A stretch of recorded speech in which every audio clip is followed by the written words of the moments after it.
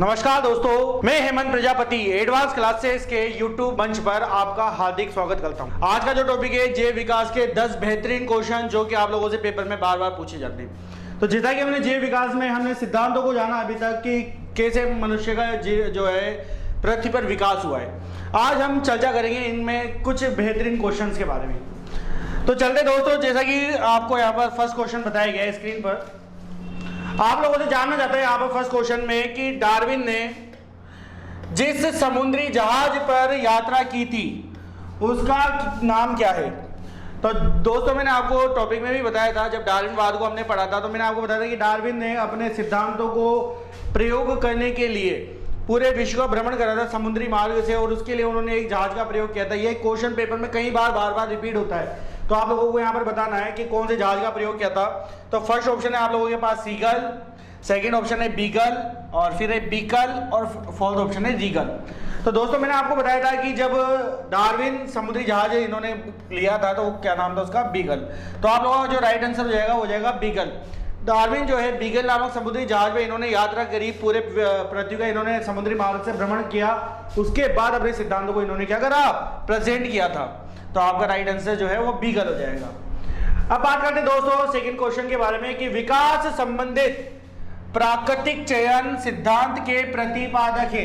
प्राकृतिक चयन, natural selection का जो सिद्धांत, ये मैंने आपको बताया था दोस्तों कि नेचुरल सिलेक्शन का सिद्धांत किसने दिया था, और इसके बारे में मैंने आपको बताया था कि पृथ्वी पर जीवों का जो चयन करने का अधिकार है वो केवल और केवल किसका है, प्रकृति का। तो इस सिद्धांत को किसने दिया था, वो आपके पास ऑप्शन में है। फर्स्ट लेमार्क ने दिया था, या डार्विन ने दिया था, या दिया था मेंडल ने, या दिया था ल्यूवेनहॉक ने। तो दोस्तों, यहां पर अगर बात की जाए प्राकृतिक चयन का सिद्धांत, तो आपका राइट आंसर हो जाएगा चार्ल्स डार्विन। डार्विन जो थे इन्होंने प्राकृतिक चयन के सिद्धांत को दिया था। इसका उदाहरण के तौर पर मैंने आपको बताया था, जैसे कि एक भालू को ले लेते हैं जो कि एक हमारे यहाँ पर रहता है, और एक ले लेते हैं पोलर बियर को जो कि कहाँ पर रहता है, हिम क्षेत्रों में।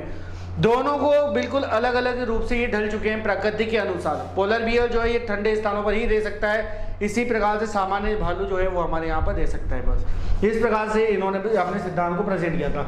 लेमार्क के बारे में आप सब जानते होंगे दोस्तों कि लेमार्क जो है इन्होंने अंगों की उपयोगिता का सिद्धांत दिया था। इसके लिए मैंने आपको जिराफ के बारे में बताया था कि जिराफ ने क्या करा, अपने आगे के पैरों को और गर्दन को पत्तियों को खाने के लिए, ऊंचे ऊंचे पेड़ों की पत्तियों को खाने के लिए उनका इस्तेमाल किया, तो उसकी गर्दन और आगे के पैरों का विकास होता चला गया। मेंडल के बारे में आप सब जानते हैं, जेनेटिक्स में हमने पढ़ा, मेंडल ने जो है किसके बारे में बताया था, आनुवांशिकता के बारे में इन्होंने जानकारी दी थी। और बात की जाए ल्यूवेनहॉफ के बारे में, तो ल्यूवेनहॉफ जो है फादर ऑफ बैक्टीरिया है। इन्होंने जीवाणु जो है उसको खोजा था, सर्वप्रथम जीवाणु की खोज का श्रेय जाता है ल्यूवेनहॉफ को, जो कि कहाँ के निवासी है, हॉलैंड के निवासी है ल्यूवेनहॉफ।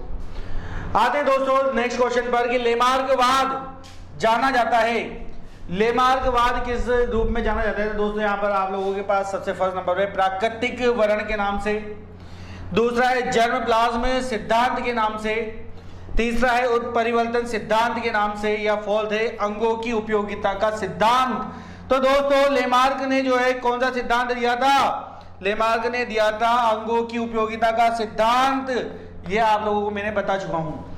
तो यहां पर हमने बात करी उत्परिवर्तनवाद का सिद्धांत जो है, अगर इसके बारे में बात किया तो ये किसने दिया था, ये दिया था ह्यूगो डी ब्रिज ने। इसके बारे में भी हम आगे चर्चा करेंगे। आते हैं दोस्तों अगले क्वेश्चन पर। तो अगला क्वेश्चन आप लोगों के सामने इस प्रकार है कि अंगों की उपयोगिता संबंधी लेमार्क के सिद्धांत का किसने निराकरण किया। मतलब लेमार्क के सिद्धांत का जो अपवाद है वो किसने प्रेजेंट किया, किसने इस सिद्धांत को सही नहीं बताया। तो यहां पर आप लोगों के पास ऑप्शन है, ए विजमैन ने, इवानोवास्की ने, चार्ल्स डार्विन ने, और उपरोक्त में से कोई नहीं। तो दोस्तों, लेमार्क का जो सिद्धांत था इसके बारे में बात किया कि इसका निराकरण किसने किया, तो वो है ए विजमैन ने। इनके बारे में मैंने आपको बताया था कि ए विजमैन ने क्या किया कि चूहों पर परीक्षण किया। लेमार्क की बात को इन्होंने सिद्ध करने के लिए चूहों के लगभग 21-22 पीढ़ियों तक इन्होंने अपना रिसर्च किया। प्रत्येक चूहों में इन्होंने क्या करा, उनकी सबकी पूंछ प्रारंभ से काटते गए, और प्रारंभ से काटते गए और देखते गए कि भी अगली जनरेशन में पूंछ आ रही है या नहीं आ रही।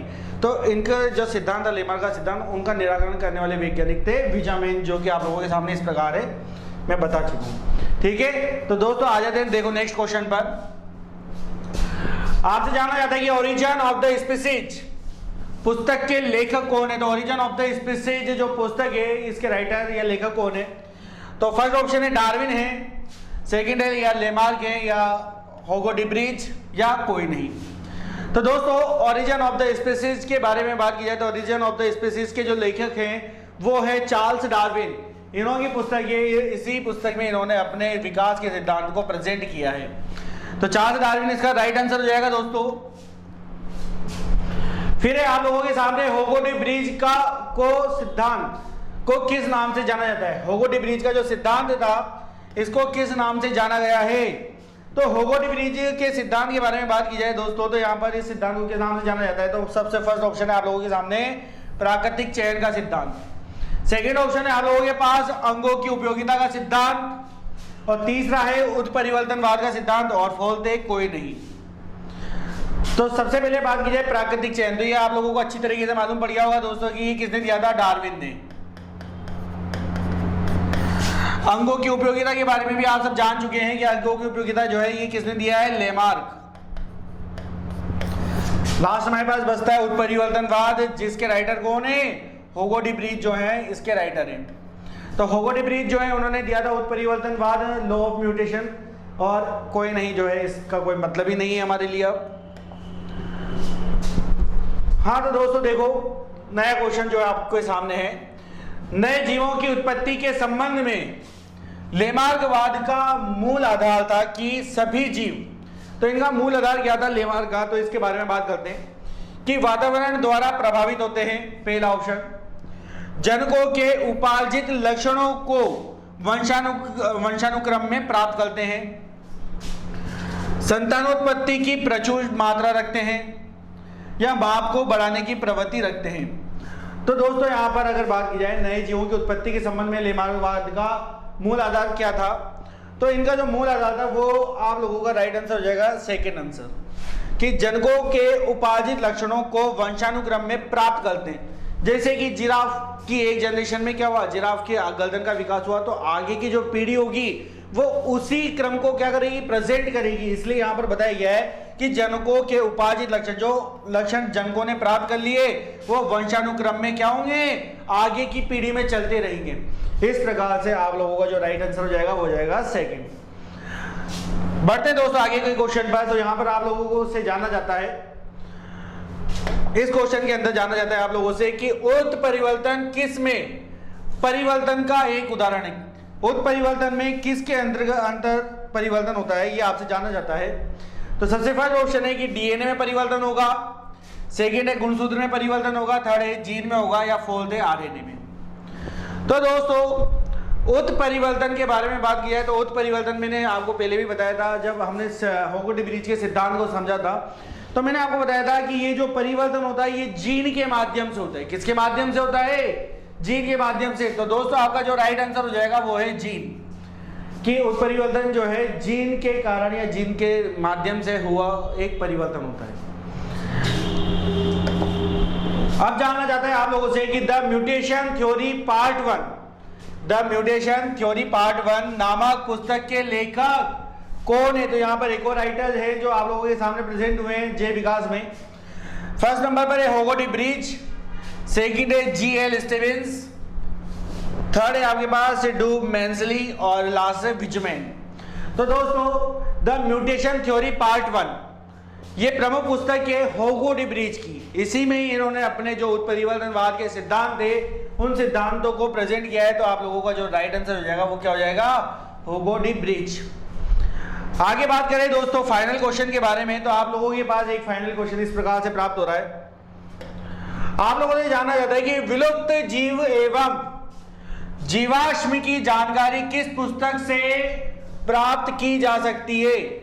मतलब हमारी पृथ्वी पर जितने भी जीव जंतु, जितने भी वनस्पति, पेड़ पौधे जो विलुप्त हो चुके हैं या विलुप्त होने की कगार पर खड़े हैं, उन सबको किस पुस्तक में दर्शाया गया है। तो आप लोगों के पास सबसे पहले यहां पर है ये आपके पास इसको मान लेते हैं हम ग्रीन मान लेते हैं इसको, हरी। तो ये आपका थोड़ा सा रॉन्ग हो गया, ये ब्लू मान लेते हैं। तो फर्स्ट ऑप्शन है ब्लू डाटा बुक, सेकंड है red data book, third option है ग्रीन डाटा बुक और फोर्थ इनमें से कोई नहीं।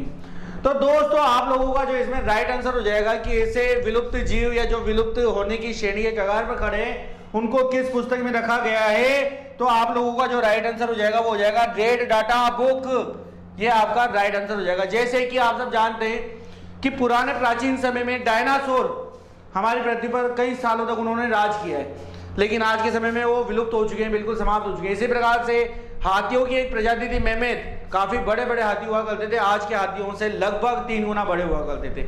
तो आज ये विलुप्त हो चुके हैं। तो जो भी जीव जंतु विलुप्त हो चुका है उन सबको कौन सी पुस्तक में दर्शाया गया है?